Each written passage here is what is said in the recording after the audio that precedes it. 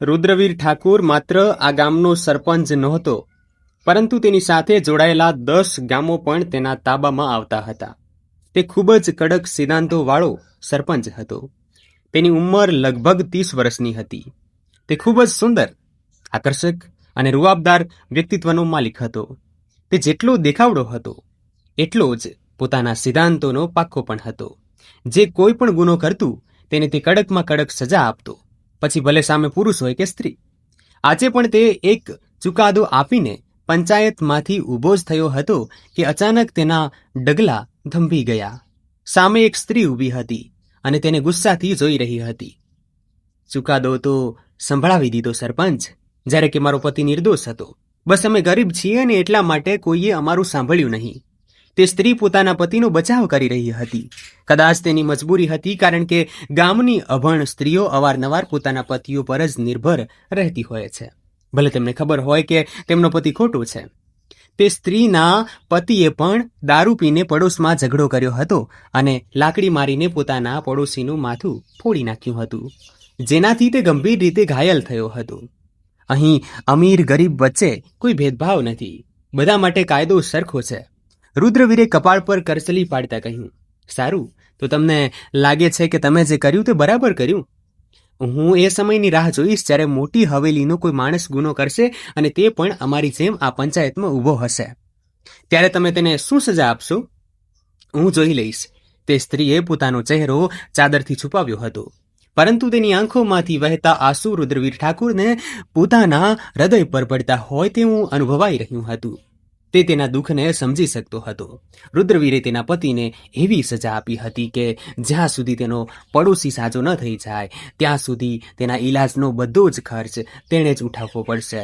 આટલું કહીને તે શાંતિથી પોતાની ગાડી તરફ આગળ વધી ગયો. તેની ગાડીની આગળ પાછળ સુરક્ષા કર્મીઓની ગાડીઓ પણ રવાના થઈ ગઈ. રુદ્રવીર ઠાકુરનો રૂખ હવે પોતાની મોટી હવેલી તરફ હતો. તેના પર આજે પહેલી વાર ચોરીનો આરોપ લાગ્યો હતો અને તેણે વિચાર્યું પણ નહોતું કે જિંદગીમાં તેને આ દિવસ પણ ક્યારેય જોવો પડશે. ખોટું બોલે છે આ છોકરી અમ્માજી, આ જ ચોર છે. આજે આણે જ તમારો નવલખો હાર ચોર્યો છે. હું તો કહું છું કે આની ચામડી ઉતારી નાખવી જોઈએ, ત્યારે પોતે બધું સાચું ઓકી દેશે. સુનંદાજીએ અત્યંત ગુસ્સામાં ચાંદની સામે ત્રાટક્યું, જે બસ સતત રડી રહી હતી અને હવે તો તેના મોઢામાંથી શબ્દો પણ નીકળતા નહોતા. ચાંદની, મને જણાવ, ક્યાં છે અમારો હાર? અમ્માજી પણ આજે થોડા કડક અવાજે બોલી રહ્યા હતા. આ વખતે તો ચાંદનીને ડસકા આવવા લાગ્યા. તેની સાથે હંમેશા આવું જ થતું હતું. ખૂબ વધારે રડવા અને ડરને કારણે તેનો અવાજ ગળામાં જ રૂંધાઈ જતો હતો. આ આજની વાત નહોતી, નાનપણથી જ તેની સાથે આવું થઈ રહ્યું હતું. તેનો બાપ પણ તેની મા પર જુલમ કરતો હતો. ત્યારે ચાંદની ચૂપચાપ આ બધું થતું જોઈ રહેતી અને પોતાના મોઢા પર હાથ રાખી લેતી, જેથી તેની ચીસો બહાર ન નીકળે. પરંતુ એ જ આદત, એ જ ડર હવે તેની જુવાનીમાં એક પ્રકારની બીમારી બની ચૂક્યો હતો. તે હવે ડર અને રડવાને લીધે બોલી જ શકતી નહોતી. ચાંદની, અમે કંઈક પૂછી રહ્યા છીએ. અમ્માજીનો આ વખતે કડક અવાજ વધુ ઊંચો થયો. તે માથું પણ હલાવી શકી નહીં, બિલકુલ પથ્થર બનીને ઊભી રહી ગઈ. હા, તેમની ચીસથી તેના અસ્તિત્વમાં ડરનો એક ફાળ જરૂર પડી હતી. આ આવી રીતે નહીં માને અમ્માજી, આના રૂમની તલાશી લેવી જોઈએ. આરતીએ મોઢું બગાડીને કહ્યું અને ચાંદનીને એક બાજુ ધક્કો મારીને તેના રૂમમાં ઘૂસી ગઈ. તેણે તેનો નાનકડો સ્ટોર જેવો રૂમ વેરવિખેર કરી નાખ્યો. પછી પલંગ નીચેથી એક શોપિંગ બેગ કાઢી અને બધાની સામે ખોલી. તેમાંથી અમ્માજીનો નવલખો હાર નીકળ્યો. ચાંદનીની આંખો તે હાર જોઈને આશ્ચર્યચકિતથી ફાટી ગઈ. તે તો આ હારને પહેલી વાર જોઈ રહી હતી. તો ચોરી ભલે કેવી રીતે કરે, પણ ત્યાં એવું કોણ હતું જે તેની વાત પર વિશ્વાસ કરે? જોઈ લીધું ને, મોટી ચાંદની ચાંદની કરતી ફરતી હતી ને. આની નજર તમારી મિલકત અને તમારા ઘરેણા પર હતી. આજે આ હાર ચોર્યો છે, કાલે ખબર નહીં બીજું શું શું ચોરશે. આરતી મેણા મારતા બોલી, અમને તમારી પાસે આવી આશા નહોતી ચાંદની. અમ્માજી ભારે અવાજે બોલ્યા. અરે અમ્માજી, આટલી નરમાશ ના બતાવો. આ ગરીબોને જ્યારે પણ મોકો મળે છે ત્યારે તેઓ પોતાની ઓકાત બતાવી દે છે. એટલે જ આના જેવા લોકોને સખત સજા મળવી જોઈએ. તે નિર્દયતાથી બોલી. જા આરતી, અંદરથી ચીપીઓ લઈ આવ અને તેને ગરમ કરીને લાવ. આના હાથ પર ડાઘ આપીએ જેથી બીજી વાર આ ચોરી ના કરે. આરતીએ તરત જ સુનંદાજીની વાત પર માથું હલાવ્યું અને રસોડા તરફ ગઈ. ચાંદનીના રૂવાડા ઊભા થઈ ગયા. તેણે મદદની નજરે અમ્માજી તરફ જોયું. સુનંદા, શું કરી રહી છે? પાગલ થઈ ગઈ છે તું? આ બાળકીના હાથ બાળી નાખીશ. અમ્માજી કોમળ હૃદયના સ્ત્રી હતા, તેથી તેઓ ચાંદનીના પક્ષમાં બોલ્યા. અમ્માજી, ઉપકાર માનો કે ફક્ત હાથ બાળી રહી છું, બાકી ચોરી કરનારની સજા તો હાથ કાપી નાખવાની હોય છે. તે નિર્દયતાથી બોલી. એટલામાં આરતી તરત ગરમ ચીપીઓ લઈને આવી ગઈ હતી. ચાંદનીએ પોતાના બંને હાથ પાછળ કરી લીધા અને પોતાને બચાવવાનો પ્રયત્ન કરવા લાગી, પરંતુ તે બંને બહેનો પથ્થર દિલ બનીને તેને કાબૂમાં કરી તેના બંને હથેળીઓને ગરમ ચીપિયાથી ડામી દીધી. તે સતત રડી રહી હતી, પણ તેનો અવાજ હવે નીકળવાનો બંધ થઈ ગયો હતો. અમ્માજી તેને આવી રીતે રડતી કકળતી જોઈને અંદરથી ધ્રુજી ઉઠ્યા હતા. ભગવાનનો ડર રાખ સુનંદા, બાળકી છે, તેના પર આટલો જુલમ ના કર, ભગવાનના પ્રકોપથી ડર. સંધ્યાજીએ પણ તેમને રોકવા માંગ્યા, પણ તેમણે અણદેખ્યું કર્યું. ડરવું તો આણે જોઈએ ભાભી, જેણે ચોરી કરી છે. અમને કઈ વાતનો ડર?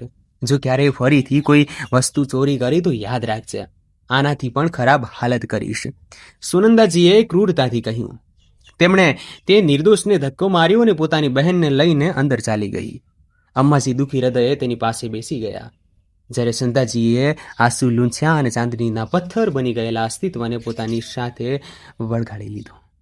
આજે તેમને તે બાળકી પર ખૂબ દયા આવી રહી હતી અને પોતાની દેરાણી તથા તેની બહેન પર ખૂબ ગુસ્સો પણ. પરંતુ જિંદગીમાં તેમણે ક્યારેય કંઈ કહ્યું નહોતું. આજ સુધી ક્યારેય પોતાના હક માટે પણ બોલ્યા નહોતા, તો બીજા માટે શું બોલે? અમ્માજીએ ચાંદનીના હાથોને દર્દથી જોયા. ભગવાને તેને ખૂબ જ સુંદર બનાવી હતી, એટલી સુંદર કે અડવાથી પણ મેલી થઈ જાય. ઊભી થા ચાંદની, તેઓ પ્રેમથી બોલ્યા.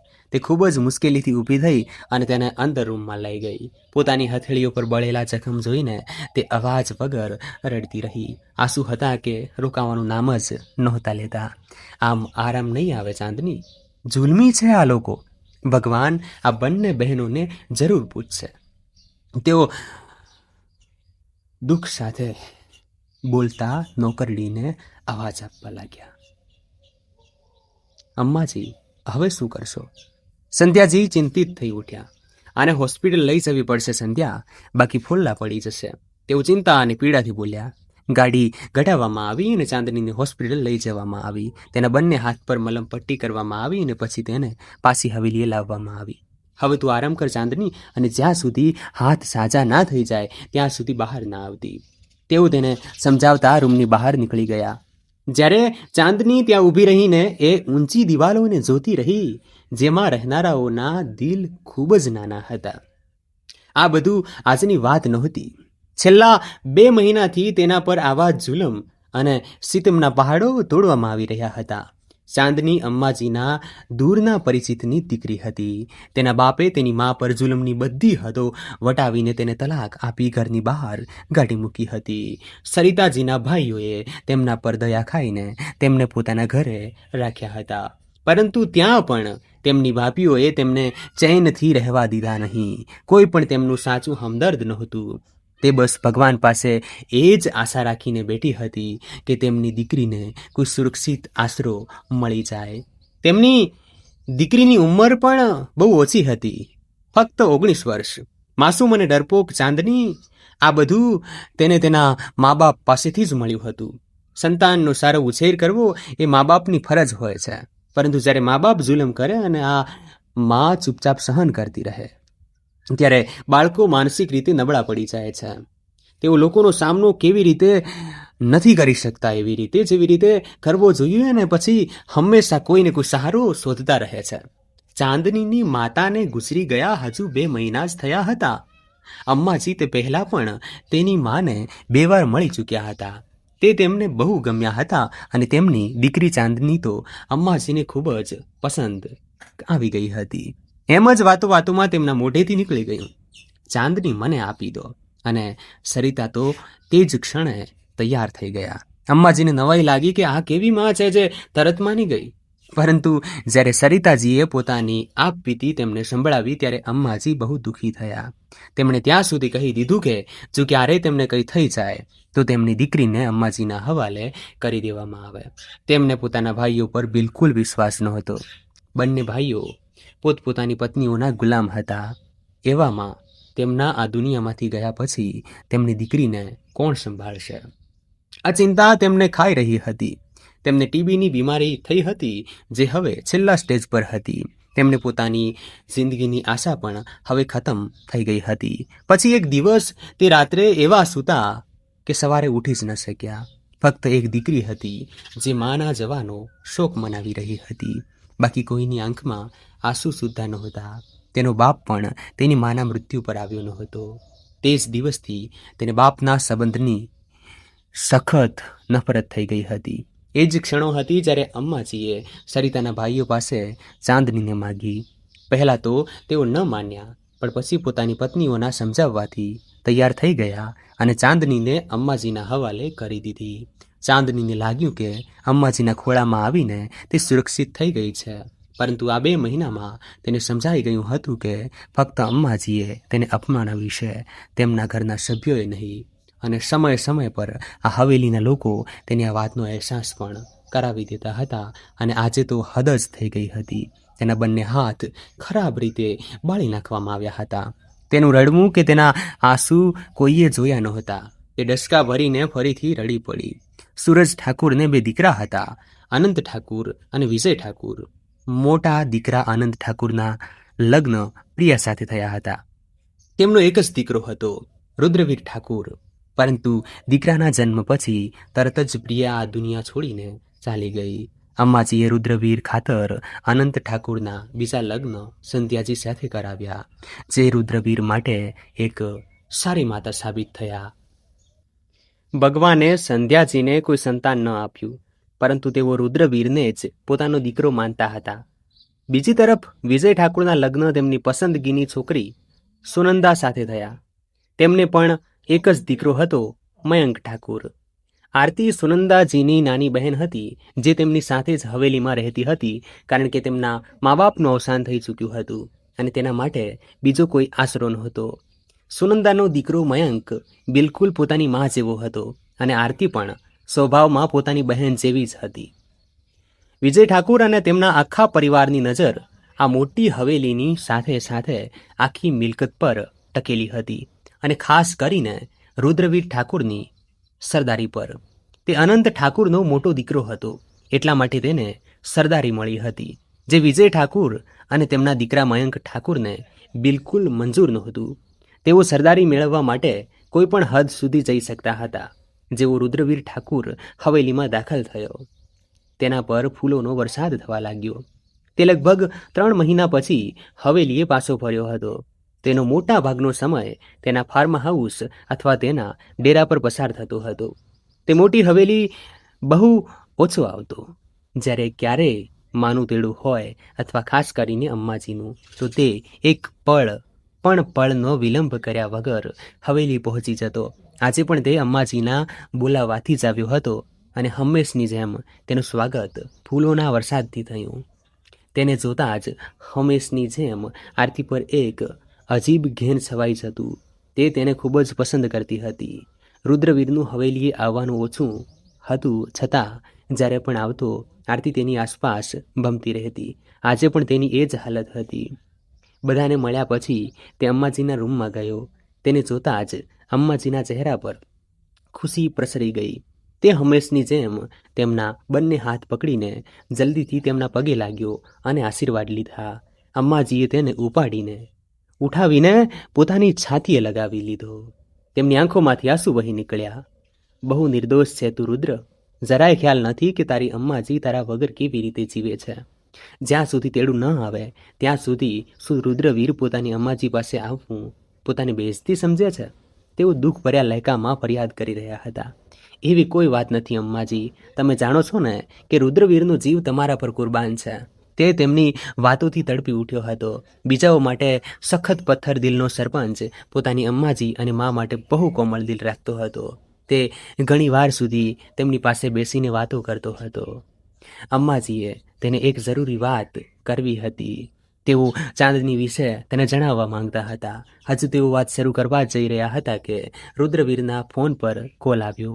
તે કોલ એટેન્ડ કરતો દરવાજા તરફ વધ્યો જ હતો કે ત્યાં જ બહારથી આવતું એક નાજુક અસ્ત્ર તેની સાથે જોરથી ટકરાયું. રુદ્રવીરે તરત જ આગળ વધીને એક હાથ તેની કમર પર રાખ્યો અને તેને પડતી બચાવી લીધી. તે પાછળની તરફ નમી ગઈ અને રુદ્રવીરે તેને પૂરી રીતે પોતાની બાહોમાં પકડી લીધી હતી. જાણે વખત એક પળ માટે થંભી ગયો હોય. બંને બસ એકબીજાને જોતા રહી ગયા. બીજી જ પળે ચાંદની થોડી ખચકાઈ તો રુદ્રવીર એકદમ પાછળ હટી ગયો. તે પણ એકદમ સીધી ઊભી રહી ગઈ અને નજર ઝુકાવી લીધી. જ્યારે રુદ્રવીરે સવાલ ભરી નજરે અંબાજી સામે જોયું. બેટા, આ ચાંદની છે. અંબાજીએ બહુ વહાલથી તેનું નામ લીધું તો તે શાંત થઈ ગયો. શું થઈ ગયું દીદી? તમે જાણો છો રુદ્રવીર એવા નથી. તે કેમ ચાંદનીને જોશે? તેમની પસંદ આટલી પણ ખરાબ નથી. આરતીએ મોઢું બગાડીને કહ્યું. ઓ અચ્છા, તને નથી ખબર? એ કેવી કપટી છે, કેવી રીતે સામેવાળાને પોતાની મુઠ્ઠીમાં કરી લે છે. ખબર નથી તેની આંખોમાં કયો જાદુ છે કે જે તેની આંખોમાં એકવાર જોઈ લે તે તેનો જ થઈ જાય છે. તે રુદ્રવીરના દિલમાં પોતાની જગ્યા બનાવી લે તે પહેલાં તારે તેને કાબૂમાં કરવી પડશે, સુદંદાજીએ કહ્યું અને તેને સખત પાઠ ભણાવ્યો. જોકે તેઓ એ વાત નહોતા જાણતા કે ભગવાનના નિર્ણય આગળ કોઈ કંઈ કરી શકતું નથી. અંબાજી, તમારે તેને અહીં નહોતી લાવવી જોઈતી. તમે જાણો છો કે આનાથી મુશ્કેલીઓ વધશે, રુદ્રવીરે કહ્યું. રુદ્ર, મારા બાળક, તે બહુ માસૂમ છે. તેનું કોઈ નથી. તેને ભણવાનો બહુ શોખ છે. થઈ શકે તો તું તેને શહેરની કોઈ સારી કોલેજમાં એડમિશન અપાવી દે અને કોઈ હોસ્ટેલમાં રખાવી દે, જેથી તે પોતાનું ભવિષ્ય સંભાળી શકે. અંબાજી તેની ચિંતામાં બોલ્યા. તેઓ ગમે તેમ કરીને તેને સુરક્ષિત કરવા માંગતા હતા. હવેલીમાં તેની સાથે જે કંઈ થઈ રહ્યું હતું, નોકરની જેમ તેની પાસે બધા કામ કરાવવામાં આવતા હતા અને ઉપરથી ચોરીનો આરોપ પણ. આ બધું તેમણે રુદ્રવીરને નહોતું કહ્યું, કારણ કે તેઓ રુદ્રવીરને જણાવીને ઘરમાં કોઈ કંકાસ ઊભો કરવા નહોતા માંગતા.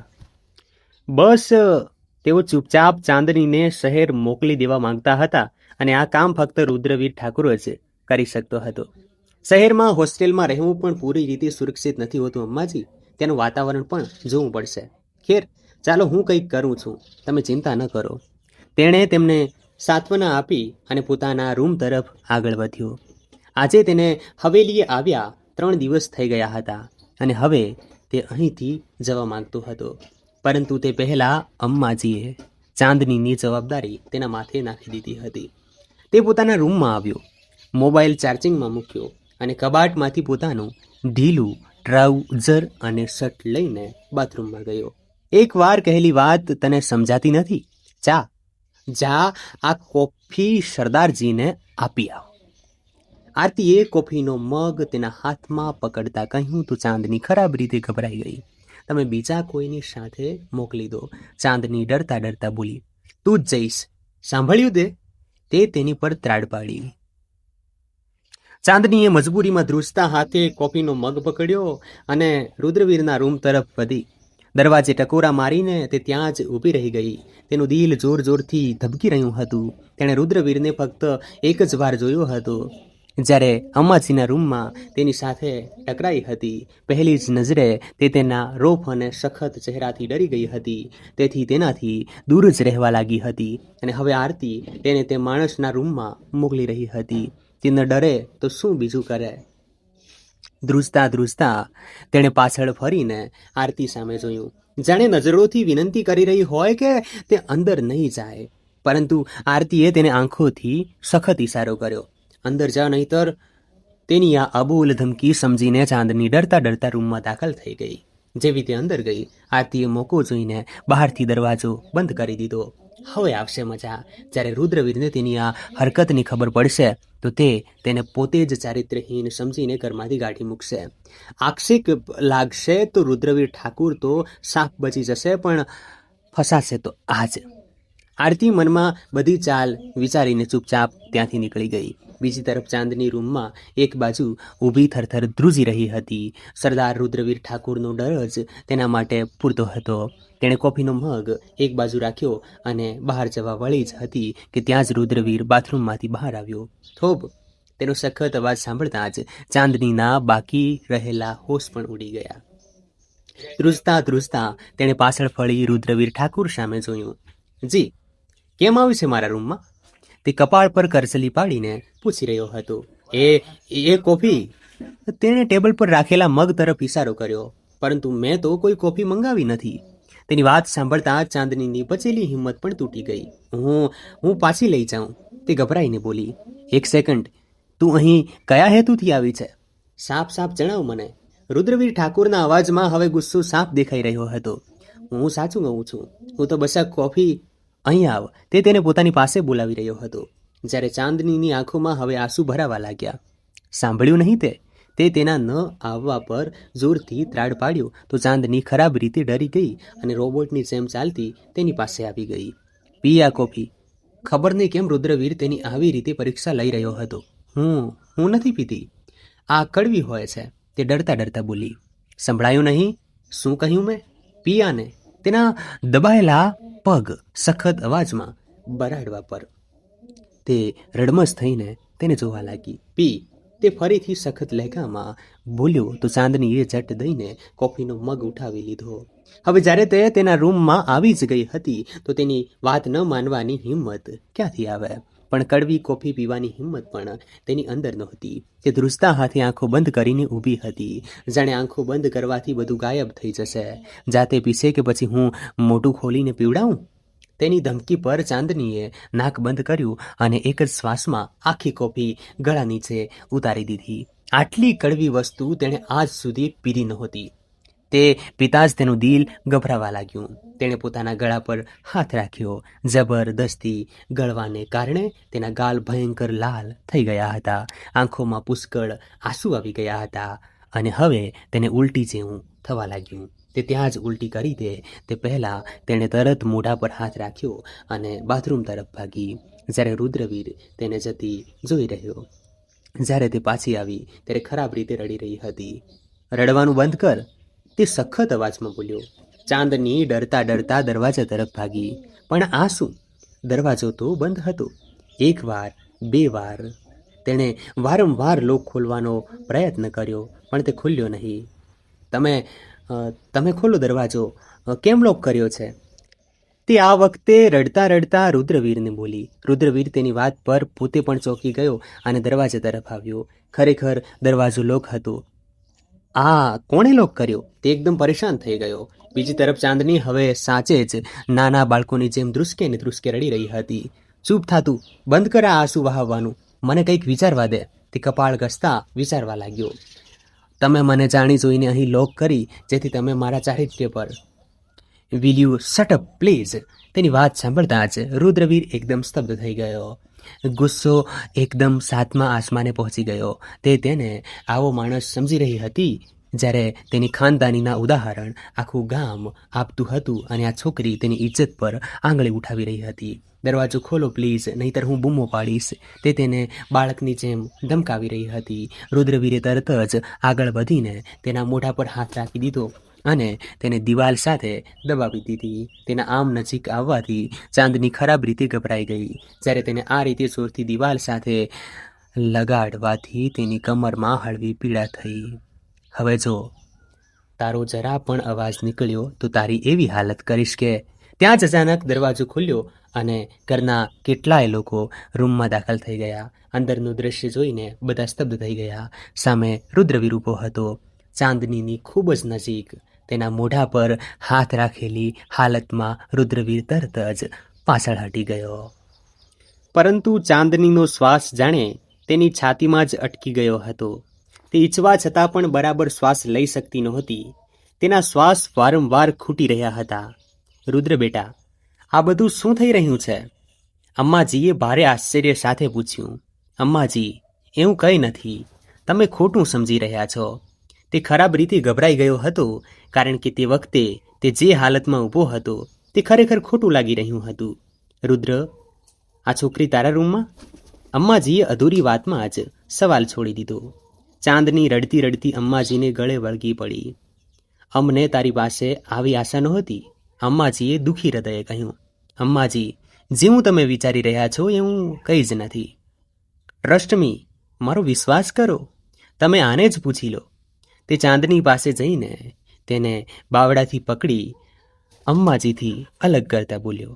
બોલ, જણાવ અંબાજીને કે શું થયું છે. પરંતુ ચાંદનીનો અવાજ તો ગળામાં જ દબાઈ ગયો હતો. મને તો લાગે છે કે આ છોકરીની કોઈ ચાલ છે રુદ્રને ફસાવવાની. આજ અહીં આવી હશે તેને રીઝવવા. અચાનક આરતી વચ્ચે બોલી પડી. આ સાંભળીને ચાંદનીએ રડતા રડતા માથું હલાવી નકારમાં ઈશારો કર્યો.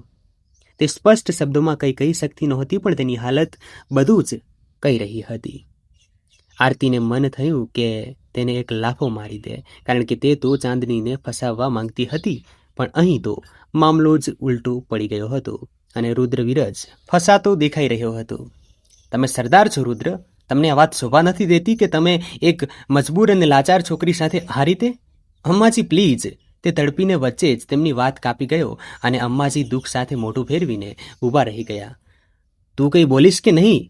રુદ્રવીરને તેની ખામોશી પર સખત ગુસ્સો આવી રહ્યો હતો, કારણ કે તેનું આ મૌન જ તેને ગુનેગાર ઠેરવી રહ્યું હતું. રુદ્ર, બસ કર. કેમ બાળકીને ડરાવી રહ્યો છે? અંબાજીએ તેને રોકતા કહ્યું. જો એવું જ હોય, તમને લાગતું હોય કે આ બધું ખોટું મેં કર્યું છે, તો પછી ઠીક છે. અંબાજી, તમે જ જણાવો, શું સજા આપવા માંગો છો તમે મને? રુદ્રએ દુઃખી હૃદયે તેમની તરફ જોયું. બીજી તરફ આરતીનું દિલ જોરથી ધબકી ઉઠ્યું. સાચું કહી રહ્યો છે રુદ્ર. તું સરદાર છે, હંમેશા બધાના ફેસલા કરતો આવ્યો છે, તો આજે પણ ફેસલો કર. હું તારા પર છોડું છું. આ બાળકીને ન્યાય મળવો જોઈએ. અંબાજીની વાત સાંભળી તેણે પોતાની મૂંઠીઓ ભીંસી લીધી. હવે હુકમ કરો અંબાજી, તે માથું ઝુકાવી બોલ્યો. તે અંદરથી સહનશક્તિની આખરી હદ પર હતો. લગ્ન કર આ બાળકી સાથે. અંબાજીએ જાણે ચુકાદો સંભળાવી દીધો. શું કહી રહ્યા છો અંબાજી? આવું કેવી રીતે શક્ય છે? રુદ્ર આની સાથે કેમ લગ્ન કરશે? સુનંદાજી ખરાબ રીતે વિલાપ કરતા આગળ આવ્યા, પરંતુ રુદ્રએ અંબાજીના નિર્ણય પછી કંઈ જ ન કહ્યું. કદાચ તેને પણ લાગતું હતું કે આ લગ્ન હવે સમયની જરૂરિયાત બની ગયા છે, જે સંજોગો બધાએ જોયા હતા. ત્યારબાદ રુદ્ર જ ચાંદનીને અપનાવી શકતો હતો. અંબાજીએ સખત લહેકામાં સુનંદાને ચૂપ કરાવી દીધી, પરંતુ તે પણ ક્યાં ચૂપ રહેનારાઓમાંની હતી. તે તો પોતાની બહેનને રુદ્ર સાથે જોડવાના સપના સજાવીને બેઠી હતી. આ ખોટું છે. તમે જાણો છો આ છોકરીની હેસિયત શું છે? શું આ રુદ્રને લાયક છે? એની ઓકાત છે કે તે રુદ્રની દુલ્હન બને? સુનંદા ગુસ્સામાં બોલી. બસ સુનંદા, એ ન ભૂલ કે આની જવાબદારી મારા પર છે, અને જો આની જવાબદારીમાં મારાથી જરા પણ ચૂક થઈ ગઈ તો હું મારી જાતને ક્યારેય માફ નહીં કરી શકું. અંબાજીએ કડકાઈથી કહ્યું. ચાંદની હજુ પણ અંબાજી પાસે ઘૂંટણીએ બેસીને રડતી જતી હતી. તે કંઈ કહેવા માંગતી હતી, પણ તેનો અવાજ ગળામાં જ દબાઈ ગયો હતો. અંબાજીએ સંધ્યાજીને ખાનદાની ચાદર લાવવાની સાથે સાથે ચાંદની માટે કપડાની વ્યવસ્થા કરવા પણ કહ્યું. બીજી તરફ આરતી અને સુનંદાજી ગુસ્સાના માર્યા વલખા મારી રહ્યા હતા. અંદરને અંદર તેઓ ખરાબ રીતે બળી રહ્યા હતા. તેમને વિશ્વાસ જ નહોતો આવતો કે વાત આમ પલટાઈ જશે. તારે શું જરૂર હતી આરતી આ બધું કરવાનું? જોઈ લે, હવે બધું ઉલટું થઈ ગયું. હવે રુદ્ર હંમેશા માટે તારાથી દૂર થઈ જશે. એના કરતાં તો સારું હોત કે તું પોતે જ તેની સાથે રૂમમાં બંધ થઈ ગઈ હોત. સુનંદાએ હલકાઈની હદ વટાવી દીધી. આરતીએ ગુસ્સામાં આવીને ટેબલ પર રાખેલો બધો સામાન જમીન પર ફેંકી દીધો અને ગુસ્સાથી ચિલ્લાવા લાગી. રુદ્ર ફક્ત મારો છે દીદી, ફક્ત મારો. તેને મારાથી કોઈ છીનવી ન શકે. પેલી છોકરી પણ નહીં. હું જાનથી મારી નાખીશ તેને. તે પાગલ ખાણામાં ચીસો પાડી રહી હતી, જ્યારે સુનંદા હવે તેને અફસોસથી જોઈ રહી હતી. જે કંઈ થયું તેમાં ભૂલ તેમની પોતાની જ બહેનની હતી. તેણે વિચાર્યા વગર એવું પગલું ભરી લીધું જેનાથી બધું બગડી ગયું હતું. જો તેમને જરા પણ અંદાજો હોત કે આરતી આવું કરવાની છે, તો તેઓ તેને ક્યારેય આવું કરવા ન દેત. પરંતુ હવે સમય હાથમાંથી નીકળી ગયો હતો. કંઈ પણ થઈ શકે તેમ નહોતું. જ્યારે અંબાજીના બંને દીકરાઓને આ વિશે ખબર પડી તો તેઓ સ્તબ્ધ રહી ગયા. આનંદ ઠાકુર અને વિજય ઠાકુર બંને પોતાની માતાના આ નિર્ણયથી ખુશ દેખાઈ રહ્યા નહોતા. આ નિર્ણય તેમણે બહુ અચાનક લીધો હતો, પરંતુ તેમની વિરુદ્ધ જવાનો વિચાર પણ બંને કરી શકે તેમ નહોતા. અનંત ઠાકુર તો શાંત થઈ ગયા, પણ વિજય ઠાકુર માટે આ બધું સહન કરવું બહુ મુશ્કેલ થઈ રહ્યું હતું. તેમનો તો પૂરો ઈરાદો હતો કે આરતી રુદ્રવીર ઠાકુરની પત્ની બનશે અને આ રીતે બધું તેમના કંટ્રોલમાં આવી જશે. પરંતુ હવે બધું હાથમાંથી જતું હોય તેવું લાગી રહ્યું હતું. આ બધું થયું કેવી રીતે? તેઓ ગુસ્સામાં પોતાની પત્ની સામે બોલ્યા. સુનંદાજીએ એક સખત નજર પોતાની બહેન પર નાખી, જેના લીધે આ બધું થયું હતું. પરંતુ તેઓ પોતાના પતિ સામે આરતીને ખોટી ઠેરવી શકે તેમ નહોતા, નહીતર તેઓ તેને તે જ ક્ષણે ઘરની બહાર કાઢી મૂકત અને પછી આરતી ક્યાં જાત એ વિચારીને જ તેઓ ચૂપ રહ્યા. આ બધું બરાબર નથી થયું સુનંદા, આ લગ્નને રોકવા પડશે, વિજય ઠાકોરે કહ્યું. તેઓ પોતાના મગજમાં કોઈ નવી યોજના બનાવી રહ્યા હતા, પરંતુ તેમને એ ખબર નહોતી કે હવે તેમની દરેક યોજના નિષ્ફળ જવાની છે. અમ્માજી, એ બધું એવું નહોતું જેવું તમે વિચારી રહ્યા છો. પરંતુ પ્લીઝ, ચાંદની કંઈક કહેવા માંગતી હતી, પણ સંધ્યાજી તેને પહેલાં જ તૈયાર કરી ચૂક્યા હતા. તે લાલ ભારી લહેંગામાં જાણે આકાશમાંથી ઉતરેલી પરી જેવી લાગતી હતી. તેને જોઈને સંધ્યાજીએ પણ તેની નજર ઉતારી. તેનામાં એક અજીબ ખેંચાણ અને પવિત્રતાનો પ્રકાશ ફેલાઈ રહ્યો હતો. અમ્માજીએ ચાંદનીના હોઠ પર હાથ રાખી તેને ચૂપ કરી દીધી. ચૂપ થઈ જા ચાંદની, જે થઈ રહ્યું છે તેને થવા દે. એ જ તો મારી દિલની ઈચ્છા હતી, જે કદાચ આવી રીતે જ પૂરી થવાની હતી. તેઓ હળવા સ્મિત સાથે બોલ્યા. ચાંદની પણ ચૂપ થઈ ગઈ. ત્યાં જ વિજય ઠાકુર રજા લઈને રૂમમાં આવ્યા. ચાંદનીએ પોતાને થોડી વધારે ઢાંકી દીધી. તે ડરેલી બેઠી હતી. અમ્માજી, કંઈ ખોટું કહું તો માફ કરજો, પણ મારે તમારી સાથે એક જરૂરી વાત કરવી છે. વિજય ઠાકુર બોલ્યા. હા બોલ વિજય. અમ્માજીએ તેમની તરફ ફરીને સવાલભરી નજરે જોયું. ખરેખર મારો ઈરાદો હતો કે આરતી અને રુદ્રવીરના લગ્ન થાય, અને એ મારી દિલની ઈચ્છા પણ છે. તમે તમારા નિર્ણય પર એકવાર ફરીથી વિચાર કરી લો. આરતી આ ઘરમાં નાનપણથી મોટી થઈ છે, ઘરની જ બાળકી છે, તો આ રીતે તેનો પહેલો હક બને છે રુદ્ર પર. અને આ છોકરીનું તો ન ખાનદાનનું કંઈ ઠેકાણું છે, ન ઘર બહારનું. અને તમે તેને રુદ્ર સાથે. વિજય, વાત પૂરી થઈ ગઈ કે હજુ કંઈ કહેવું છે? અમ્માજીએ સખત લહેકામાં તેમની વાત કાપી નાખી. અમ્માજી થોડા કડક શબ્દોમાં બોલ્યા તો વિજય ઠાકુર એકદમ વચ્ચે જ ચૂપ થઈ ગયા હતા. આ છોકરીની ઓળખ મારાથી અને લગ્ન પછી રુદ્રથી થશે. બાકી રહી વાત આરતીની, તો ભગવાન તેના નસીબ સારા કરે. તેઓ વાત પૂરી કરી ઊભા થઈ ગયા તો વિજય ઠાકુર પોતાનો ગુસ્સો ગળી જઈ ત્યાંથી બહાર નીકળી ગયા. થોડી જ વારમાં સંધ્યાજી રૂમમાં આવ્યા. અમ્માજી, પંડિતજી દુલ્હનને બોલાવી રહ્યા છે, જલ્દી કરો. અમ્માજીએ ચાંદની તરફ ફરીને બહુ જ પ્રેમથી તેના માથા પર પલ્લું સરખું કર્યું અને તેને લઈને સંધ્યાજી અને અમ્માજી બહાર મંડપમાં આવ્યા, જ્યાં રુદ્રવીર ઠાકુર પહેલેથી જ બેઠો હતો. મંડપ સજાવેલો હતો અને પંડિતજી મંત્રો ભણીને લગ્નની વિધિઓ પૂરી કરી રહ્યા હતા. વરરાજા બનેલો રુદ્રવીર ઠાકુર શાંત અને ગંભીર બેઠો હતો. તેના ચહેરા પરથી સાફ દેખાતું હતું કે તે આ લગ્નથી ખુશ નથી અને મજબૂરીમાં આ સંબંધ નિભાવી રહ્યો છે.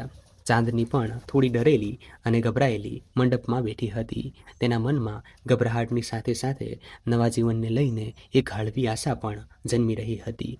અમ્માજી આ લગ્નથી બહુ ખુશ હતા અને તેમના ચહેરા પર સંતોષ સાફ દેખાઈ રહ્યો હતો. સંધ્યાજી પણ આ લગ્નથી પ્રસન્ન હતા અને તેમને આ સંબંધમાં પરિવારની ખુશી દેખાતી હતી. પંડિતજીએ મંત્રોચ્ચાર સાથે લગ્ન સંપન્ન કરાવ્યા અને અંતે વરકન્યાએ વડીલોના ચરણ સ્પર્શ કરી આશીર્વાદ લીધા. સંધ્યાજી અને અમ્માજીએ ચાંદનીને ગળે લગાડી દીધી, જાણે તે તેમના માટે બહુ કિંમતી હોય. ખુશ રહો મારા બાળકો. અમ્માજીએ તે બંનેને એક સાથે આશીર્વાદ આપ્યા. તે ઘૂમટામાં હતી, જ્યારે રુદ્રનો ચહેરો અત્યંત ઠંડો હતો. થોડી વારમાં ચાંદનીને રુદ્રના રૂમમાં પહોંચાડી દેવામાં આવી. તે થરથર ધ્રુજતી તેના પલંગ પર સજાવેલી સેજ પર બેઠી હતી. તે જાણતી હતી કે આજે રુદ્ર તેને છોડશે નહીં. જે કંઈ અચાનક થયું હતું તેનો ગુસ્સો તે આજે તેના પર જરૂર કાઢશે. આ જ ડરથી તેનું બીપી એટલે કે લોહીનું દબાણ પણ લો થવા લાગ્યું હતું. સંધ્યાજીએ તેને જબરદસ્તી દૂધ પીવડાવ્યું અને થોડું ખાવાનું પણ ખવડાવ્યું. પણ તેનો ડર ઓછું થવાનું નામ નહોતો લેતો. બીજી તરફ રુદ્ર પણ બધાથી નારાજ હતો. અમ્માજીએ તેને પોતાના રૂમમાં બોલાવ્યો, પણ તે પહેલી વાર તેમનાથી નારાજ થઈને હવેલીની બહાર નીકળી ગયો. રાતના છેલ્લા પહોરે તે પાછો હવેલીએ ફરી રહ્યો હતો. તેને બધાની જડ પેલી છોકરી જ લાગતી હતી, જે દેખાવામાં બહુ માસૂમ હતી, પણ તેના મતે તેવી હતી નહીં. જેણે આજે ચૂપ રહીને રુદ્રને જ ગુનેગાર સાબિત કરી દીધો હતો.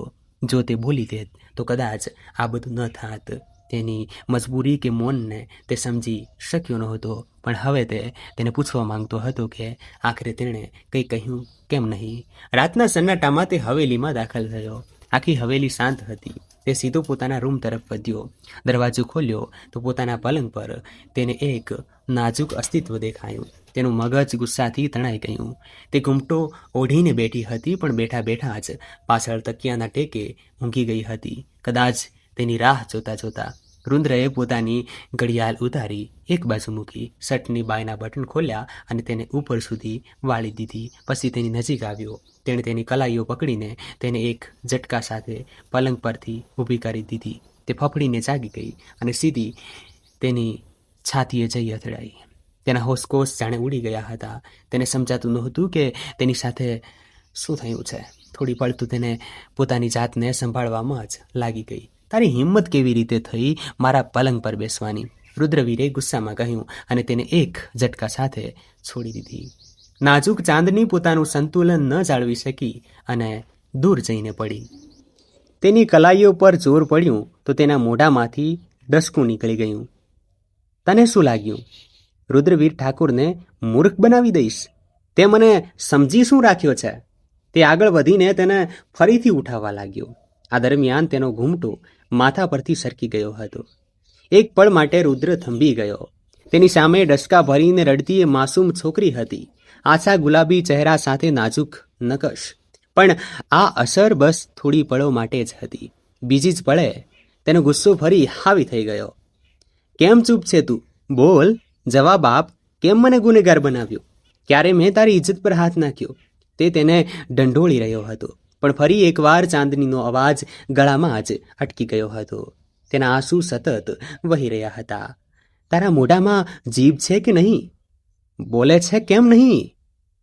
રુદ્રને ગુસ્સો આવી રહ્યો હતો. જો તે તેની હાલત સમજ્યો હોત તો કદાચ આ સવાલ ક્યારેય ન કરત. જસ્ટ યુઝલેસ ગર્લ્સ, સાવ નકામી છોકરી. તેને એક તરફ ધકેલી પોતે બાથરૂમમાં જતો રહ્યો. ચાંદની ગળા પર હાથ રાખીને રડતી રહી. હે ભગવાન, મારી સાથે જાઉં કેમ? હું તો બોલવા માંગુ છું, પણ કેવી રીતે તેમને જણાવું? તે આટલા ગુસ્સામાં છે. તે પોતાની જાતે જ બબડી રહી હતી. તે ઊભી થઈ અને પાણીનો ગ્લાસ ભરીને પીવા લાગી. એક પછી બીજો અને પછી ત્રીજો. તે કંઈક બોલવા માંગતી હતી, પણ અવાજ નીકળતો જ નહોતો. થોડીવાર પછી રુદ્ર નાહી ધોઈને બહાર આવ્યો. તેને ઘૂરતા ઘૂરતા તે અરીસા સામે જઈને ઊભો રહી ગયો. આ લગ્ન મેં ફક્ત અમ્માજીના કહેવા પર કર્યા છે. યાદ રાખજે, બાકી મારી જિંદગીમાં તારા જેવી છોકરીની કોઈ જગ્યા નથી. તેણે ગુસ્સામાં કાંસકો ડ્રેસિંગ ટેબલ પર પછાડતા કહ્યું. તેની વાત સાંભળી ચાંદની ફરી ડસકા ભરી પડી. હું અમ્માજીના રૂમમાં સૂઈ જાઉં? તેનો લથડતો અવાજ સાંભળી રુદ્ર એક ઝટકા સાથે તેની તરફ વળ્યો. તો જીભ છે મેડમના મોઢામાં. જ્યાં ચાલવી જોઈએ ત્યાં તો ચાલતી નથી, પણ હવે મારી સામે આ બિલકુલ ન ચાલવી જોઈએ. સમજી તું? તે ત્રાડ પાડતા બોલ્યો. ચાંદની 2 ડગલા પાછળ હટી ગઈ અને તેનું માથું હળવું હલી ગયું.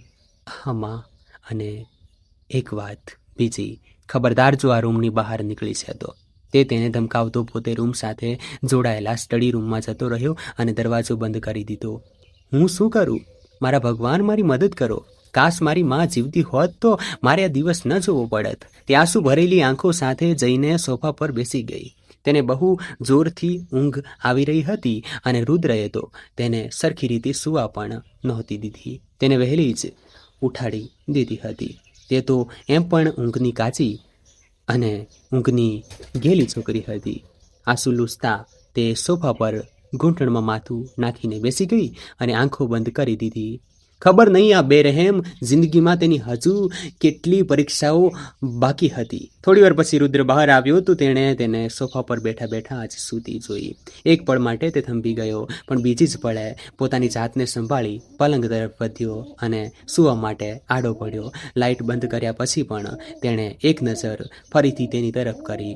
એક પળ માટે તેનું દિલ સહેજ પીગળ્યું. જે હોય તે હતી તો તે એક નાજુક છોકરી જ, અને આ વાત તેને ત્યારે જ સમજાઈ ગઈ હતી જ્યારે તેણે તેને પલંગ પરથી બાવડું પકડીને ઊભી કરી હતી. દેખાવામાં તો તે માસૂમ લાગે છે, પણ તેણે જે ચાલ ચાલી છે તે બહુ ગંદી છે. તેણે પોતાની જાતને સમજાવ્યું, ખેર કારણ ગમે તે હોય, હું પણ રુદ્રવીર ઠાકુર છું.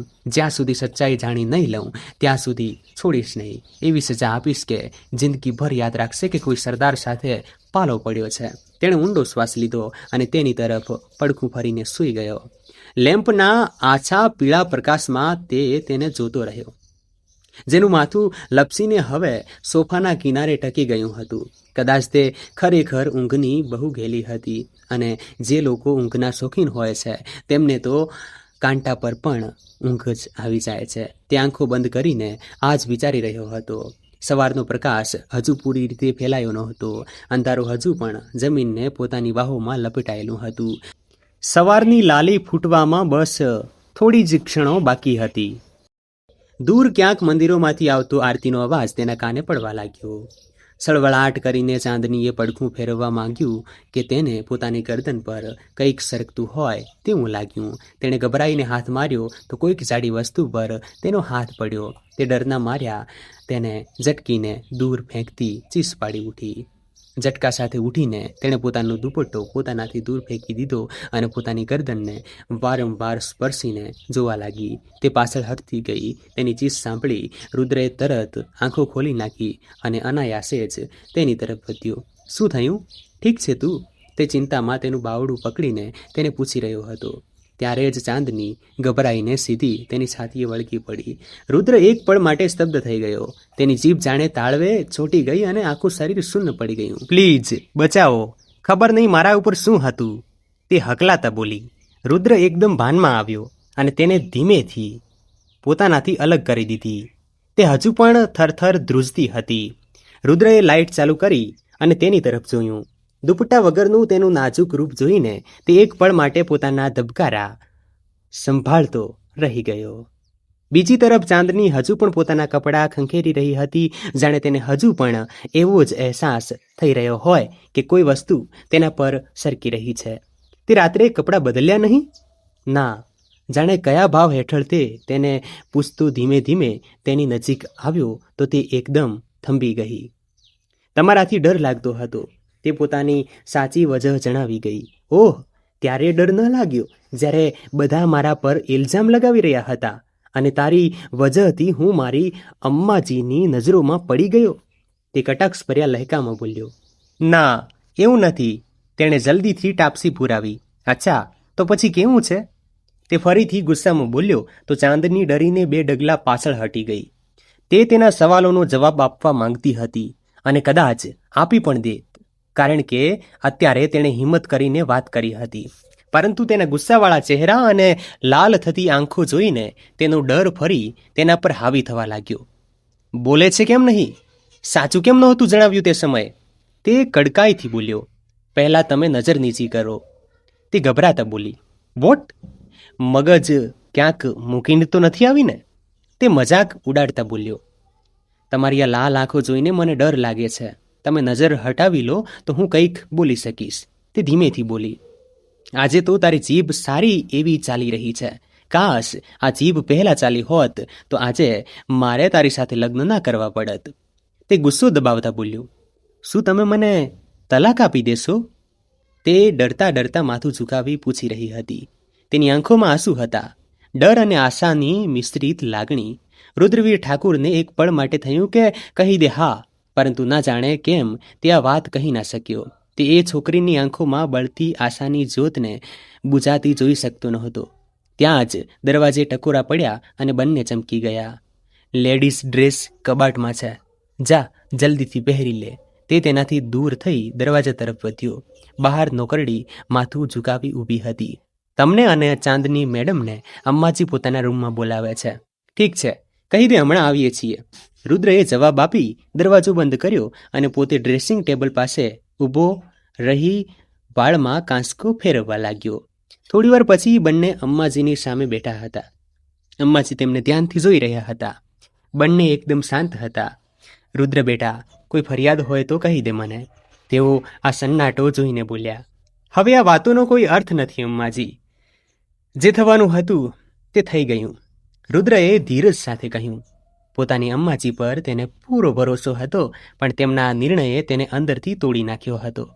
તમે મારા પર ભરોસો ના કર્યો. આ દુઃખ મને છેલ્લા શ્વાસ સુધી રહેશે. તે માથું ઊંચકી તેમની સામે જોવા લાગ્યો. અમ્માજી પોતાની જગ્યાએથી ઊભા થયા અને તેની પાસે આવી તેના ખભા પર હાથ રાખ્યો. અમ્માજીને પોતાના બાળકો પર પૂરો ભરોસો છે. જેટલો ગઈકાલે હતો એટલો જ આજે પણ છે અને હંમેશા રહેશે. જો ભરોસો હતો તો પછી તમે ગઈકાલે આટલી ઉતાવળમાં લગ્ન કેમ કરાવ્યા? તે જિંદગીમાં પહેલી વાર તેમની સાથે ઊંચા અવાજે વાત કરી રહ્યો હતો. હા, માનું છું, સ્વાર્થી થઈ ગઈ હતી થોડીવાર માટે. હું ચાહતી હતી કે ચાંદની સુરક્ષિત થઈ જાય અને તેને સુરક્ષિત કરવાનો મારી પાસે આ જ એક રસ્તો હતો. મારા પર આરોપ લગાવીને તે તેમની વાત વચ્ચે જ કાપતા બોલ્યો. ના રુદ્ર, સંજોગો જ એવા બની ગયા હતા. આજે તારી સાથે ચાંદનીનું નામ જોડાયું તો કાલે કોઈ બીજા સાથે જોડાઈ જાત. પછી હું શું કરી લેત? હું તો બસ. એનો અર્થ એ કે તમે અને આ છોકરીએ આ સંજોગોનો ફાયદો ઉઠાવ્યો. તે પોતાની જગ્યાએથી ઊભો થઈ ગયો. અમ્માજી ચૂપચાપ તેને જોતા રહી ગયા. તે આટલું નારાજ થઈ જશે તેનો તેમને જરાય અંદાજો નહોતો. રુદ્ર, આ બધા માટે હું તારી માફી માગું છું બેટા. તેમના આંસુઓથી વિંજાયેલા અવાજ પર રુદ્રનો બધો ગુસ્સો એકદમ ફીણની જેમ બેસી ગયો.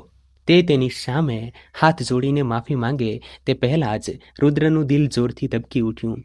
તે તેમના બંને હાથ પકડી પોતાના હોઠો પર લગાવી ગયો. આવું કરીને મને પાપનો ભાગીદાર ન બનાવો અમ્માજી. તો માફ કરી દે તારી અમ્માજીને. તેઓ તેનો ચહેરો પકડતા બોલ્યા. અમ્માજી, મને મારી ઇજ્જત મારા જીવથી પણ વધારે વહાલી છે. જે ગઈકાલે અહીં પોતાની હવેલીમાં હું જખમી કરી ચૂક્યો છું પોતાનાઓની જ વચ્ચે. આટલી જલ્દી નહીં સંભાળી શકું. તમે પ્લીઝ મને થોડો સમય આપો. તે આખરે માની ગયો તો અમ્માજીએ ઊંડો શ્વાસ લઈ પોતાના જીવથી વહાલા પુત્રને જોયો. તેમને આખી રાત ઊંઘ નહોતી આવી. પોતાના પુત્રનું દિલ દુખાવીને તેઓ કોઈ પણ સંજોગોમાં શાંતિ પામી શકતા નહોતા. હવે તેમના દિલમાં થોડી શાંતિ ઉતરી હતી. બેટા, સંજોગો એવા હતા કે હું નહોતી ઈચ્છતી કે આ બાળકી પર આપણી હવેલીમાં બીજો કોઈ જુલમ સિતમ થાય. બસ તારું નામ આના નામ સાથે જોડાઈ ગયું. હવે કોઈ આની તરફ ખોટી નજરે નહીં જુએ. બાકી આ સંબંધનો બોજ તારા પર નહીં હોય. તું તારી મરજીથી તારી જિંદગી આગળ વધારી શકે છે. ચાહે તો બીજા લગ્ન પણ કરી શકે છે. અમ્માજીએ મોટું મન રાખીને રુદ્રને કહ્યું. પરંતુ બસ મારી પાસે એક વાદો કર. તારી અમ્માજી રહે કે ના રહે, તું ચાંદનીની હિફાજત એટલે કે રક્ષણ કરીશ. પોતાના છેલ્લા શ્વાસ સુધી કરીશ. તેઓ પોતાના દિલની વાત કહી તેની પાસે વાયદો લઈ રહ્યા હતા. જ્યારે તેમની બીજા લગ્ન કરવાની પરવાનગી આપી પાસે ઉભેલી ચાંદનીના દિલ પર વીજળી બનીને પડી હતી. પણ તે શાંત હતી. જાણતી હતી કે તે અમીર લોકો છે. તે તેમના તોલે આવે તેમ ક્યાં હતી? ન તો તેમના સ્તરની હતી તો તે કેવી રીતે પોતાનો હક જતાવતી? પણ પોતાના આંસુ તો વહાવી શકતી હતી ને. પુત્ર દાદીને વાદો કરી રહ્યો હતો જ્યારે ચાંદની પોતાના આંસુ લૂંછતા એક કડવા સ્મિત સાથે હસી પડી. નાસ્તાના ટેબલ પર ઘરના બધા સભ્યો હાજર હતા. રુદ્ર પણ ખુરશી ખેંચીને બેસી ગયો. પરંતુ તેની પાછળ ઊભેલી ચાંદનીની હિંમત નહોતી થઈ કે તે તેમની સાથે બેસી શકે. કોઈએ તેને અત્યાર સુધી એટલું મહત્વ જ ક્યાં આપ્યું હતું કે તે તેમની સાથે બેસવાનું વિચારી પણ શકે. બધાને ત્યાં હાજર જોઈને તે ગભરાઈ ગઈ અને પોતાના ડગલા પાછળ વાળવા લાગી. ક્યાં જાય છે? રુદ્રએ અચાનક તેને પૂછ્યું તો બધાની નજર તે બંને પર ટકી ગઈ. રસોડામાં. તે ધીમેથી બોલી. કેમ? સવાલ કરવો તો રુદ્રની આદત હતી. ચાંદનીએ ગભરાઈને બધાની તરફ એક નજર નાખી અને પછી માથું ઝુકાવી લીધું. જીએ નાસ્તો કરવા. તો આ બધું શું છે? તેણે ટેબલ તરફ ઇશારો કરીને પૂછ્યું. રુદ્ર, જવા દે એને. હંમેશા નોકરો સાથે બેસીને નાસ્તો કર્યો છે. એને આ બધાની આદત નથી, સુનંદાજીએ તિરસ્કાર ભર્યા લહેકામાં કહ્યું. રુદ્રએ તેમની તરફ એક તીરછી નજર નાખી. આદત નથી તો આદત પડી જશે. હવે આ પણ બધાની સાથે બેસીને જ જમશે. આવ, અહીં આવ ચાંદની. તે સુનંદાજીને જવાબ આપતા ચાંદની તરફ વળ્યો. તે એકદમ ગભરાઈ ગઈ. સાંભળ્યું નહીં? અહીં આવ. તે કપાળ પર કરસલી પાડી બોલ્યો તો તે ઝટ દઈ તેની પાસે આવીને ઊભી રહી ગઈ. રુદ્રએ તેના માટે ખુરશી ખેંચી અને બેસવાનો ઈશારો કર્યો. તે ધ્રુજતા હાથે તેની પાસે બેસી ગઈ. બાકીના બધા લોકો તેને જોઈને હેરાન રહી ગયા. એક સામાન્ય છોકરી માટે સરદારની આટલી મહેરબાની જોઈને અમ્માજી સિવાય બધાના ચહેરાના હાવભાવ બદલાઈ ગયા. અમ્માજી બહુ ખુશ હતા. તેઓ આજ તો ઈચ્છતા હતા. સંધ્યાજીના હોઠ પર પણ એક હળવું સ્મિત આવી ગયું હતું. ચાંદની પોતાના બંને હાથ ખોળામાં રાખીને બેઠી હતી. ત્યારે જ રુદ્રએ તેની સામે પ્લેટ રાખી અને તેને નાસ્તો લેવાનો ઈશારો કર્યો. તેનો આ નજર અંદાજ જોઈને આરતી અંદરને અંદર બળી ઉઠી. આજે જે જગ્યાએ ચાંદની બેઠી હતી તે જગ્યા આરતી મેળવવા માંગતી હતી. રુદ્ર બેટા, નાસ્તાથી પરવારીને મારા રૂમમાં આવજે, આનંદ ઠાકોરે કહ્યું તો રુદ્રે માથું હલાવ્યું. બાકીના બધા પોતપોતાના નાસ્તામાં લાગી ગયા. ગઈકાલે જે કંઈ થયું હતું, જે રીતે લગ્ન થયા હતા, તેને દોહરાવવાની હિંમત કોઈનામાં નહોતી. ફક્ત અમ્માજી જ હતા જેમણે રુદ્રને કેટલીક વાતો સંભળાવી હતી. બાકી કોઈએ તેને કંઈ કહ્યું નહોતું. જાણે બધાને તેના પર પૂરો વિશ્વાસ હતો. તે રુદ્રના રૂમમાં હતી ત્યારે જ આરતી ગુસ્સામાં લાલચોળ થઈને અંદર દાખલ થઈ. ચાંદની જે ઊંડા વિચારોમાં ખોવાયેલી પલંગ પર બેઠી હતી તેને જોઈને એકદમ ગભરાઈને ઊભી થઈ ગઈ. તું સમજે છે શું તારી જાતને? કોઈ ભ્રમમાં ના રહેતી કે લગ્ન થઈ ગયા એટલે રુદ્ર તારો થઈ ગયો. તે આજે પણ મારો છે, ફક્ત મારો, અને હું તેને તારાથી પાછો છીનવી લઈશ. તું 2% છોકરી, તારી એટલી ઓકાત નથી કે રુદ્રના રૂમમાં જઈ શકે, રહી શકે. બસ એકવાર રુદ્રને અહીંથી જવા દે, પછી જોજે તારી કેવી હાલત કરું છું. તે તેને ધમકાવતી ત્યાંથી બહાર ચાલી ગઈ. ચાંદનીનો શ્વાસ અદ્ધર થઈ ગયો. તેને આરતીથી પહેલેથી જ બહુ ડર લાગતો હતો. તે ફરીથી થરથર ધ્રુજવા લાગી. ત્યારે જ રુદ્ર અંદર આવ્યો. તેના ચહેરા પર ડર સાફ દેખાઈ રહ્યો હતો, જે જોઈને તે ચોંકી ગયો. શું થયું? તે ઈચ્છવા છતાં પણ તેની સાથે કડક થઈ શકતો નહોતો. ચાંદની તેનો અવાજ સાંભળીને વધુ ગભરાઈ ગઈ અને ભાગીને તેની પાસે આવી ગઈ. પ્લીઝ, તમે મને અહીં એકલી છોડીને ના જશો. જ્યાં પણ જાઓ મને તમારી સાથે લઈ જાઓ. તે તેના મજબૂત હાથોને પોતાના નાજુક હાથોમાં પકડીને ભીંસાયેલા અવાજે બોલી. મેં તારી સાથે લગ્ન તને માથે ચડાવવા માટે નથી કર્યા. તે નરમ પણ ઠંડા લહેકામાં પોતાનો હાથ છોડાવતા બોલ્યો. જાણું છું બધું મજબૂરીમાં થયું છે, પણ તમે અમ્માજીને વાદો કર્યો છે કે તમે મારી હિફાજત કરશો. પછી તમે મને અહીં એકલી કેવી રીતે છોડી શકો? તેને આમ સતત બોલતી જોઈ રુદ્ર અવાચક રહી ગયો. અહીં કયો ખતરો છે તને? તે કટાક્ષ કરતા બોલ્યો. તેના પર તે એકદમ ચૂપ થઈ ગઈ. તમે પ્લીઝ મને તમારી સાથે લઈ જાઓ. હું સાચે જ વાદો કરું છું, તમને હેરાન નહીં કરું. તમારા બધા કામ પણ કરી આપીશ. તમારી નજરો સામે પણ નહીં આવું. બસ જ્યાં તમે કહેશો, જ્યાં તમે રહેશો, મને પણ ત્યાં થોડીક જગ્યા આપી દેજો. તેની વાતો સાંભળી રુદ્ર અંદરથી હસી રહ્યો હતો. પરંતુ હું તો બીજા લગ્ન વિશે વિચારી રહ્યો છું અને બીજી પત્નીને જ મારી સાથે રાખીશ.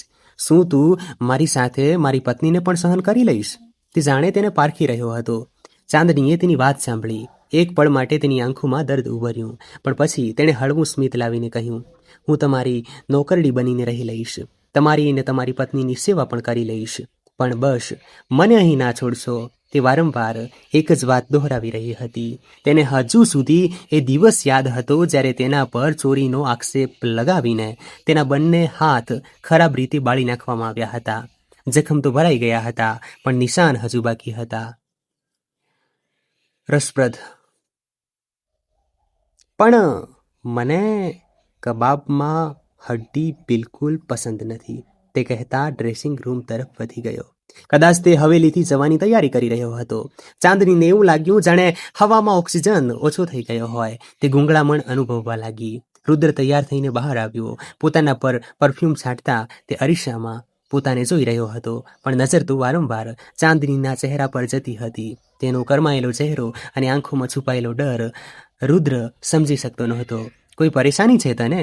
તે પૂછવા તો નહોતો માંગતો, પણ પોતાની જાતને રોકી પણ ના શક્યો. તેની નજીક જઈને તેને બહુ ધ્યાનથી જોવા લાગ્યો. તે માથું નકારમાં હલાવવા લાગી, પણ તેની આંખોમાં ખૂણામાં પાણી ભરાયેલું જોઈ રુદ્ર એક પળ માટે થંભી ગયો. હવેલીમાં કોઈ કંઈ કહે છે તને? અચાનક તેને અમ્માજીની વાતો યાદ આવી અને તેને અહેસાસ થયો કે જરૂર કંઈક વાત છે. ચાંદની ફરીથી માથું ઝુકાવી શાંત થઈ ગઈ. જાણતી હતી કે આ માણસ તેને પોતાની સાથે તો લઈને જશે નહીં, અને જો એવામાં તેણે ફરિયાદ કરી દીધી તો તે અહીં કંઈક સખત પગલાં ભરીને જતો રહેશે, અને ત્યારબાદ તે એકલી અહીં રહી જશે, જ્યાં તેની સાથે ફરી એ જ ખરાબ વર્તન થશે. સહન કરતા તો તેને આવડતું જ હતું. સારું, તે ફરી ગયો અને પોતાની વસ્તુઓ સમેટવા લાગ્યો. હું થોડા દિવસ સુધી ફાર્મ હાઉસમાં રહીશ. તું આ રૂમ વાપરજે, ઈચ્છે તો પલંગ પર સૂઈ જજે. તે તેનો ચહેરો જોઈને બોલ્યો, જાણે તેને કોઈ વાતનો ખાસ અહેસાસ જ નહોતો. કોઈ વસ્તુની જરૂર હોય તો અમ્માજીને કહી દેજે. તમે ક્યારે પાછા આવશો? તે તેના સવાલના જવાબમાં પોતાનો સવાલ પૂછી બેઠી. કદાચ થોડા દિવસ અથવા થોડા મહિના. પ્લીઝ આટલું મોડું ના આવતા. તે ફરીથી તેની સામે આવતા બેબવીસીથી બોલી. શું તને કોઈ ડર છે? આ વખતે તે થોડો ગંભીર થયો. ના, હું તો કોઈનાથી નથી ડરતી. તે એકદમ ગભરાઈને બોલી. હા, એ તો મેં સવારે જોઈ લીધું હતું. એક વંદાથી જ ડરી ગઈ હતી તું. તે હળવી મજાક કરતા બોલ્યો. ચાંદનીને સવારની એક પળ યાદ આવી ગઈ. તમે નથી જાણતા, જ્યારે તે વંદો સરકે છે ને, ત્યારે આખા શરીરમાં લખલખું દોડી જાય છે, જાણે તેના પગમાં કાંટા ખૂંચતા હોય. તે ધીમે ધીમે પોતાના ડરનું કારણ જણાવી રહી હતી. ફક્ત વંદાથી ડરે છે કે બીજા કોઈથી પણ? તેના સવાલ પર ચાંદની કંઈક બોલતા અટકી ગઈ. જાણે આરતીનો ખ્યાલ આવતા જ તેનો અવાજ ફરી ક્યાંક ખોવાઈ ગયો હતો. પરંતુ રુદ્ર તેના મૌન જવાબને સમજી ગયો. ડરવાનું નથી કોઈનાથી. હવે કોઈ તને કંઈ નહીં કહે. તું મારી પત્ની છે અને એ જ હેસિયતથી અહીં રહેશે. તે તેને યાદ અપાવતા બોલ્યો. પરંતુ તમે તો મને પત્ની માનો જ નથી. તેના જઈ રહેલા ડગલા થંભી ગયા. તેની આ વાત તેને એક પળ માટે બાંધી લીધો. તે પાછો વળ્યો, તેની નજીક આવ્યો અને તેના નાજુક હોઠોને પોતાના હોઠોની પકડમાં લઈ તેને એક ક્ષણમાં જ યાદ અપાવી દીધું કે તે તેની શું લાગે છે. તેના હોઠોને લાલ કરી તે પાછો હટ્યો હતો. ચાંદની તો પથ્થર બનીને આંખો ફાડી તેને જોતી રહી ગઈ. ત્યાં જ રુદ્ર તેની અત્યંત નજીક આવ્યો. તેણે ઝૂકીને તેની નાકની નાની નથણી પર પોતાના હોઠ ટેકવી દીધા અને પછી ધીમેથી પાછો હટી ગયો. તેના અચાનક સ્પર્શે ચાંદનીના ચહેરા પર એક પળમાં કેટલાય રંગો વેર્યા હતા. તેનો ગુલાબી થતો ચહેરો જોઈ રુદ્ર પણ એક પળ માટે થંભી ગયો. ઉંમર શું છે તારી? તે તેની એકદમ નજીક ઊભા રહી પૂછી રહ્યો હતો. જી 19 વર્ષ. તે માથું નમાવીને બોલી. ખૂબ નાની છે, તેણે હળવેથી કહ્યું. પછી જાણે પોતાની જાતને સંભાળતા બોલ્યો. ખેર, મને મોડું થાય છે, હું નીકળું છું. પોતાનું ધ્યાન રાખજે.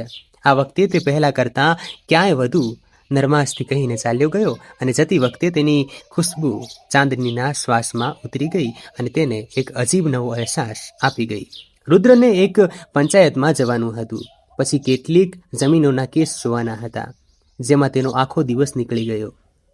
રાત્રે તે પોતાના ફાર્મ હાઉસ જવા માટે ગાડીમાં બેઠો. સરદારજી હવેલી કે ફાર્મ હાઉસ? ડ્રાઈવરે હંમેશની જેમ પૂછ્યું. હવેલી ચાલ. ના જાણે કેવી રીતે તેના હોઠેથી ફાર્મ હાઉસને બદલે હવેલી શબ્દ નીકળી ગયો. ડ્રાઈવરે ગાડી આગળ વધારી દીધી હતી, પણ રુદ્ર પોતે પોતાની વાત પર હવે હેરાન બેઠો હતો. તે તો ફાર્મ હાઉસ જવાનો હતો, પણ કદાચ તે એ ન સમજી શક્યો કે હવે તેની જિંદગીમાં એક એવું અસ્તિત્વ જોડાઈ ચૂક્યું હતું જે તેને પોતાની તરફ ખેંચી રહ્યું હતું. તે ફક્ત તેની જવાબદારી નહોતી, તે તેની પત્ની હતી, તેના અસ્તિત્વનો હિસ્સો. અને કદાચ એ જ અહેસાસે તેને અજાણતામાં પણ પાછો હવેલી તરફ મોડી દીધો હતો. ગાડી હવેલીના પોર્ચમાં દાખલ થઈ. રુદ્ર ગાડીમાંથી ઉતરી અંદર તરફ વધ્યો, પણ અંદરનું દૃશ્ય જોઈ તે સ્તબ્ધ રહી ગયો. આરતીએ જાણે તોફાન મચાવ્યું હતું. અંબાજી સોફા પર માથું પકડીને બેઠા હતા અને ચાંદની હાથ જોડીને આરતી સામે ઊભી હતી. જણાવો મને, ક્યાં છે મારો ડાયમંડ સેટ? કયા આશિકને આપી દીધો છે? જણાવે છે કે આજે ફરી એ જ દિવસની જેમ તારા હાથ બાળી નાખું. આરતી ગુસ્સામાં ચીસો પાડી રહી હતી. આ બધું શું થઈ રહ્યું છે? અચાનક રુદ્રના ગાજતા અવાજે ત્યાં હાજર બધાને ખરાબ રીતે ચોંકાવી દીધા. આરતીના હાથમાંથી ચાંદનીનું બાવડું છૂટ્યું અને ચાંદની ભાગીને સીધી રુદ્રની છાતીએ વળગી પડી. બધાની સામે તેને આમ રુદ્રને વળગતી જોઈ આરતીના દિલમાં ઈર્ષ્યાની આગ ભભૂગી ઉઠી. મને બચાવી લો, મેં કંઈ જ નથી કર્યું. ચાંદની માંડ બોલી શકી. રુદ્રએ ગુસ્સાથી ભરેલી નજર આરતી પર નાખી. તારી હિંમત કેવી રીતે થઈ મારી પત્ની પર આવો હલકો આરોપ લગાવવાની? તેની ત્રાડ એટલી જોરદાર હતી કે તેને વળગેલી ચાંદની પણ એક પળ માટે ફફડી ઉઠી. આરતીની હિંમત ન ચાલી કે તે આગળ કંઈ બોલી શકે. સુનંદાજી પણ બહેનની હરકતથી પરેશાન હતા. પહેલાંની વાત અલગ હતી, પણ હવે ચાંદની રુદ્રની પત્ની હતી. તેના પર હાથ ઉપાડવો હવે એટલો સરળ નહોતો.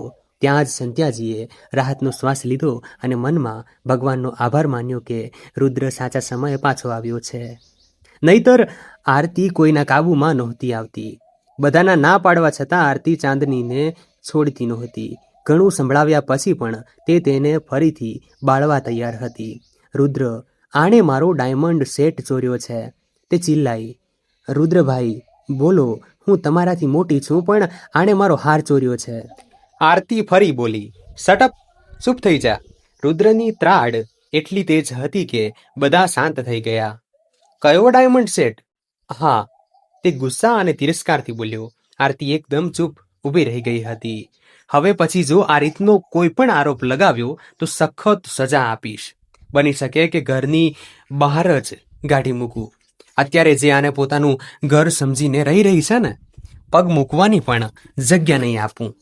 ચાચીજી, લઈ જાઓ તમારી બહેનને અહીંથી, નહીતર હું પોતે લઈને જઈશ અને ઘરની બહાર મૂકી આવીશ. તેના અવાજમાં એટલો રોપ હતો કે બધા થથરી ગયા. રુદ્ર, તું ગુસ્સે ના થા, સુનંદા ગભરાઈને બોલી, પણ તેણે તેમને નજરઅંદાજ કર્યા. અને હા, હવે પછી મારી પત્નીથી દૂર રહેજે. એના વિરુદ્ધ એક શબ્દ પણ સાંભળ્યો તો બરદાસ્ત નહીં કરું, સમજી તું? તે પોતાના બધા સંસ્કારો ભૂલી ગુસ્સામાં બરાડ્યો. સુનંદાજી આરતીને જબરદસ્તી ખેંચતા ત્યાંથી લઈ ગયા. સારું થયું રુદ્ર તું આવી ગયો, નહીતર આ આરતી તો... અમ્માજીએ રાહતનો શ્વાસ લીધો. રુદ્રને દુઃખ થયું. તમે તેને રોકી કેમ નહીં? તે કોઈનું સાંભળતી નથી. તેને સુનંદા અને વિજય બંનેનો સાથ મળેલો છે, એટલે જ તે હંમેશા પોતાની મનમાની કરે છે. અમ્માજીએ ઊંડો શ્વાસ લેતા કહ્યું. ત્યારે જ પાછળ ઊભેલી ચાંદનીના મોઢેથી અચાનક નીકળી ગયું. ગઈકાલે આરતીએ જ મને જબરદસ્તી તમારા રૂમમાં મોકલી હતી અને પછી બહારથી દરવાજો લોક કરી દીધો હતો. હું સાચે જ નિર્દોષ છું. તેનો અવાજ ધીમે ધીમે કાંપવા લાગ્યો. અને તમે છો કે ગઈકાલ રાતથી મને કસૂરવાર ઠેરવી રહ્યા છો. કેટલું વઢ્યા છો રાતથી મને તમે. રુદ્રનો સાથ મળતા જ ધીમે ધીમે તેની જીભ ખુલવા લાગી હતી. રુદ્ર અચંબાથી તેને જોઈ રહ્યો હતો. પછી પોતાની અમ્માજી તરફ જોઈ બોલ્યો, આની પોતાની જીભ છે? રુદ્રની વાત સાંભળી પહેલા તો તે હેરાન થઈ, પછી સંધ્યાજી અને અમ્માજી બંને હસી પડ્યા. તેમને હસતા જોઈ ચાંદનીને અહેસાસ થયો કે તે હજુ પણ રુદ્રની છાતીએ વળગેલી ઊભી છે. જેવી તે તેને વળગી, તેનો બધો ડર ખતમ થઈ ગયો હતો અને આજે પણ એવું જ થયું હતું. તેની જીભ ખુલી ગઈ હતી. શરમથી લાલ થઈ તેણે પોતાનો ચહેરો પાછો રુદ્રની છાતીમાં છુપાવી દીધો. અમ્માજી અને સંધ્યાજી હસતા હસતા ત્યાંથી ચાલ્યા ગયા. લગભગ 2 મહિના પછી. ચાંદની, તારું પૂરું નામ શું છે? રુદ્ર પલંગ પર અડધો આડો પડ્યો હતો અને તેનું માથું પોતાની છાતી પર રાખી પૂછી રહ્યો હતો. હવે બંને એકબીજાને દિલથી સ્વીકારી ચૂક્યા હતા અને રુદ્ર તેને પોતાના ફાર્મ હાઉસ પર લઈ આવ્યો હતો, જ્યાં તે છેલ્લા 15 દિવસથી તેની સાથે હતી. રુદ્રની મોહબ્બત અને તેના સ્પર્શે ચાંદનીને પૂરી રીતે બદલી નાખી હતી. એટલું જ નહીં, તે હવે તેને આગળ ભણાવવાનો પણ ઈરાદો રાખતો હતો, કારણ કે ચાંદનીને ભણવાનો બહુ શોખ હતો. મારું પૂરું નામ ચાંદની રુદ્રવીર ઠાકુર છે. તે માથું ઊંચકીને પૂરા આત્મવિશ્વાસ કોન્ફિડન્સ સાથે બોલી. આત્મવિશ્વાસ પણ તેને રુદ્રએ જ આપ્યો હતો. નહીતર જે રીતે તે પહેલા હંમેશા ડરેલી સહેમેલી રહેતી હતી, ફરી આટલી મજબૂતીથી જીવવું તેના માટે સરળ નહોતું. તેને રુદ્ર જેવો હમસફર મળ્યો તે માટે તે દરરોજ ભગવાનનો આભાર માનતી હતી. મને તારું નામ બહુ વહાલું લાગે છે, રુદ્રએ હસતા હસતા કહ્યું. અને હું? તે હળવેથી થોડી ઈતરાઈને બોલી. એ પણ હવે જણાવવું પડશે. તે તેનું માથું તકિયા પર રાખીને તેની નજર ઝૂક્યો. ના, હવે સમજાઈ ગયું. તે હસતા હસતા તેની છાતી પર હળવો હાથ રાખીને બોલી. પરંતુ મારે આ દરરોજ જણાવવું છે. દરેક દિવસે તારી અત્યંત નજીક આવીને તારા નાજુક અહેસાસને અનુભવવો છે, જેથી મને શાંતિ મળે કે મારી જિંદગીમાં ફક્ત ચાંદની છે અને હું તારો દીવાનો છું. તેણે તેના ગાલને પોતાની દાઢીથી હળવે હળવે સ્પર્શતા કહ્યું, જેનાથી ગલી પછી થતા તે જોરથી ખિલખિલાટ હસી પડી. તેના હસતા ગુલાબી હોઠોને રુદ્રએ એક જ પળમાં પોતાના હોઠોમાં વીંસીને તેની હસી પર વિરામ મૂકી દીધો. ચાંદની જાણતી હતી કે હવે જ્યારે તેણે મન બનાવી લીધું છે તો તે બિલકુલ રોકાશે નહીં, અને ચાંદની પણ ક્યાં તેને રોકવા માંગતી હતી. તે પોતે તેની બાહોમાં પીગળવા માટે તૈયાર થઈ ચૂકી હતી. તે પૂરી શિદ્દત અને જુનૂની અંદાજમાં તેના નાજુક અસ્તિત્વમાં સમાતો ગયો, અને ચાંદનીએ મદહોશ અંદાજમાં આંખો બંધ કરીને રુદ્રએ આપેલી આ શાંતિને અનુભવી હતી. રુદ્રની નજીક આવવા પર એક અજીબ નશો હતો જે ચાંદનીની નસે નસમાં સમાઈ જતો હતો, અને રુદ્ર પણ તેના માખણ જેવા અસ્તિત્વની ઊંડાઈઓમાં સફર કરતા પોતાને રોકી શકતો ન હતો. તે તેના માટે શ્વાસ કરતાં પણ વધુ જરૂરી બની ચૂકી હતી. ઓક્સિજનની જેમ તેની જિંદગીમાં મહત્વ રાખવા લાગી હતી. રુદ્ર પોતે પણ સમજી શક્યો નહોતો કે તે ક્યારે તેનો દીવાનો બની ગયો. કદાચ પહેલી જ રાત્રે. અને હવે તો ચાંદનીમાં પણ ઘણો બદલાવ આવી ચૂક્યો હતો. તે હવે ડરીને સંકોચાઈ જનારી છોકરી રહી નહોતી, પણ હિંમતથી વાત કરવા લાગી હતી. રુદ્રએ તેને પોતાના પ્રેમમાં પૂરી રીતે રંગી લીધી હતી. બંનેને આ રીતે આગળ વધતા જોઈને અમ્માજીની ખુશી પણ બમણી થઈ ગઈ હતી. તેઓ દરેક પળે ઉઠતા બેસતા તેમની ખુશીઓની દુઆ માંગતા રહેતા, અને આ રીતે વડીલોના આશીર્વાદની છાયામાં હવે તેમની જિંદગીમાં પ્રેમની રોશની ખરેખર ભરાઈ ગઈ હતી. તો મિત્રો, આજની આપણી આ વાર્તા તમને કેવી લાગી તે કોમેન્ટ બોક્સમાં જરૂર જણાવજો. અને હા, પસંદ તો આવી જશે. પસંદ આવી હોય તો પ્લીઝ લાઈક કરો. આવી જ બીજી વાર્તાઓ માટે આપણી ચેનલ સાથે જોડાયેલા રહો. મળીએ મિત્રો ફરી કોઈ નવી વાર્તા સાથે. ત્યાં સુધી હા, લાઈક, શેર અને સબસ્ક્રાઈબ કરવાનું ભૂલશો નહીં. થેન્ક્સ, તમે મને મોકલી શકો છો. બાકી કમેન્ટ તો તમે કરો જ છો. ધન્યવાદ.